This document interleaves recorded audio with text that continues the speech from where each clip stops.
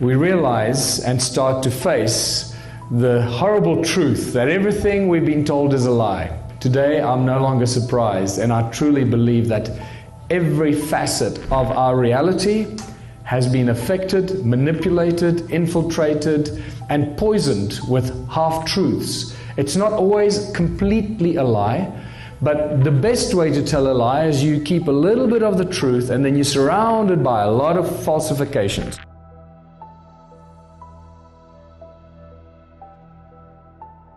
I like to remind you once again that we like to connect the dots. And if you don't connect the dots from the past to the present, everything just feels and seems a bit messy.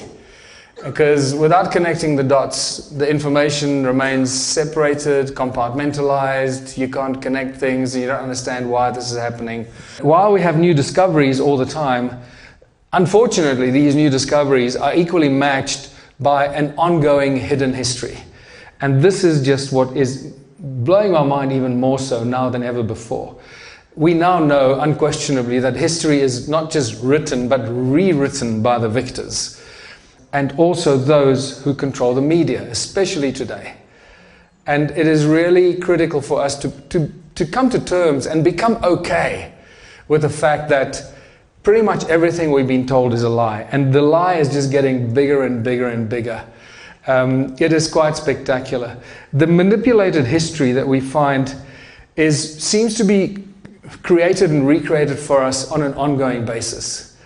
And this is what's becoming a little disturbing, but at the same time not surprising, what's going on here. And the question basically that I've been asking myself is our recent history actually being changed and erased right under our noses? You know, there are ways and programs and frequencies that can manipulate us, that can make us do things subconsciously, that can make us buy stuff in shopping markets and in shops. There are tools and technologies that exist that can erase our brain and replace our memories. And it's quite possible that some entities, some group of beings that have knowledge of this technology are actually just playing these games that are constantly, wiping out our memories and replacing our memories with new memories, and we start remembering things differently. So is it just our imagination, or is this real? And this is where we get to this thing called the Mandela effect. How many of you have heard of the Mandela effect? So if you haven't heard of it, please go look at it, because it is a reasonably disturbing thing. At first I thought, it's just another one of those weird things that people have come up with. But my dear friend Peter Herman in Germany has written a book on this, and he's done an amazing amount of research. And this is becoming a more and more real thing to pay attention to. It seems to me that pretty much all of history that we have has been so manipulated and so changed right under our noses that it's almost impossible for us to know what is real, what's real history and what's manipulated history, what is fabricated history, and so forth. And there are places that we don't know about, that we should know about, like the Towers of Bologna in Italy. This is a drawing from the 1700s. How many of you have seen the Towers of Bologna?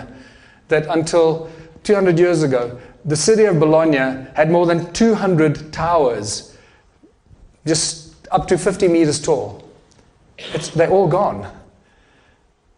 And then suddenly you start stumbling upon an empire that until the late 1800s was a well-known empire across the world.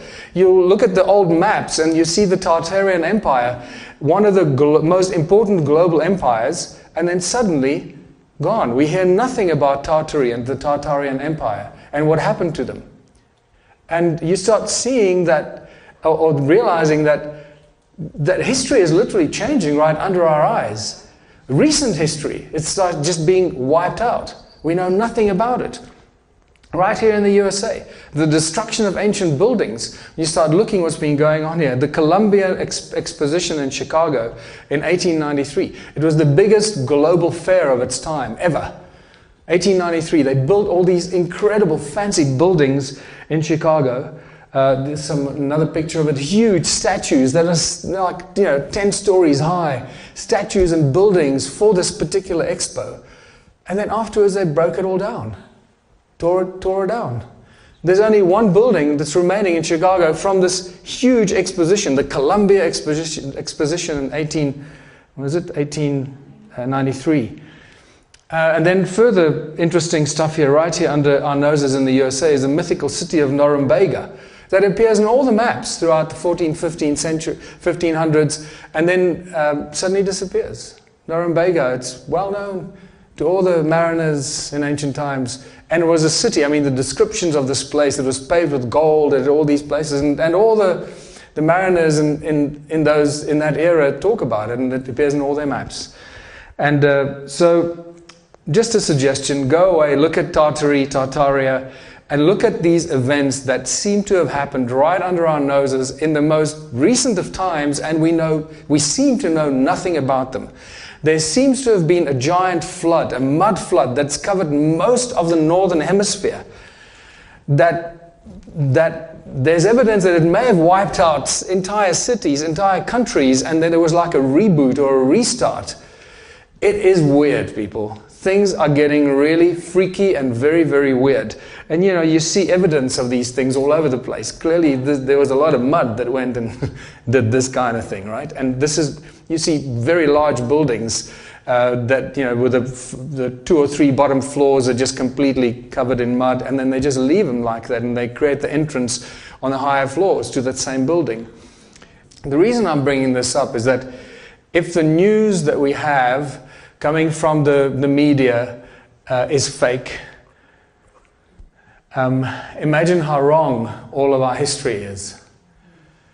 And this is why when people start claiming, oh, I know this, I've read these books and I've read that book and I know history, I'm a professor of history or this and that, it's just like, well, just because you've read a few books means absolutely nothing. And the reason I can make the statement because of the discoveries I'm making in the mountains of South Africa, of the fossils that I'll be talking about, that are just scrambling the timelines, is making me have to pretty much wipe out everything I thought I knew and go back to the beginning and say, what the hell is going on here? Because this is not anywhere in any history book. I've not heard about this, I've never imagined this, and yet it's right under our noses. I'm walking on it, I'm picking it up, and it's undeniable. So, and all of this, the fake news and this potentially fake history is just adding to the great human puzzle and making us even more confused about who we are, where we come from, and why we're here. And I guess the journey just gets more and more exciting. But our authorities and our very clever people at the institutions keep telling us that the ancients were primitive, and they looked something like this. If you've seen my lectures before, you know this. And they built countless megalithic structures with their very primitive tools, like we can build them today. And they left behind these incredible places from times that we cannot remember. And we have no idea when these things actually happened. Some of them we speculate, and we're probably very wrong. And they dragged large blocks up mountains and built platforms because they had nothing better to do. They got together and built giant things like this because they needed to bury some guy. Right? And they carved statues because they had nothing better to do. And they went on tops of mountains and built large things like this because they had an extra hour at lunchtime. What I find fascinating, however, is that every year we find new discoveries. Every year there's something new, stuff that we didn't know about, old things that are new to some people and old to new people, but constantly new discoveries. It just boggles my mind how this flow of new discoveries never stops. Just like, for example, 60,000 structures in Guatemala uncovered in the last 2 years or whenever it was. It's just ridiculous, right under our noses. And these are just examples of things, and this might be old news to some people, but again, new news to others. Towers in China, more than 800 towers that are found in China that they have no idea what they were built for. And all kinds of speculations about these towers.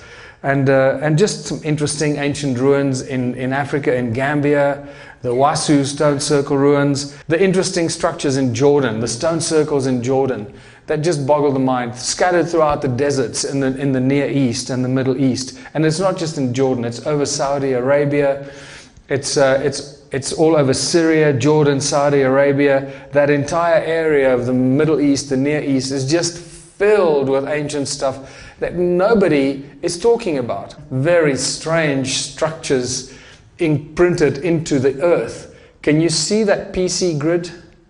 Can you see it very faintly there? If you can't see it, let me zoom in for you. What the hell is going on here? This is just the weirdest stuff. You know, at first I thought it was some sort of a mistake, and it's not. This is actually in the earth. So weird things are going on, and we're just waking up to it and realizing that we may in fact actually be inside a giant, virtual reality computer game when you start seeing things like this, and that the surface of the earth is actually just like the surface of the PC board. And you go to Mount Sharia in Siberia, and that's just ridiculous. I mean, look at the size of these blocks and these structures in Siberia. And realize that wherever you go in the world, there are mysterious ancient civilizations, that weird things, and we really don't know much about the motive. We recognize what they've done. We're surprised by what they've done. Carving entire cities out of bedrock like this. This is just something, it's not something that you get together one day and say, let's carve a city out of a mountain. Okay. Platforms like this and underground structures like this that are covered in Egypt just to hide it. And Borobudur, which is just obviously such a powerful resonating thing. Anyone that knows anything about sound and resonance takes one look at this and go, okay, I know exactly what they're doing here. And apparently they did all this with ropes, pulleys, hammers and chisels, because that's how they did it. What's interesting, as you may have noticed, many of these places, if not all of them that you've just seen, and there are countless more, all of them seem to be in the Northern Hemisphere. And that is a huge mystery.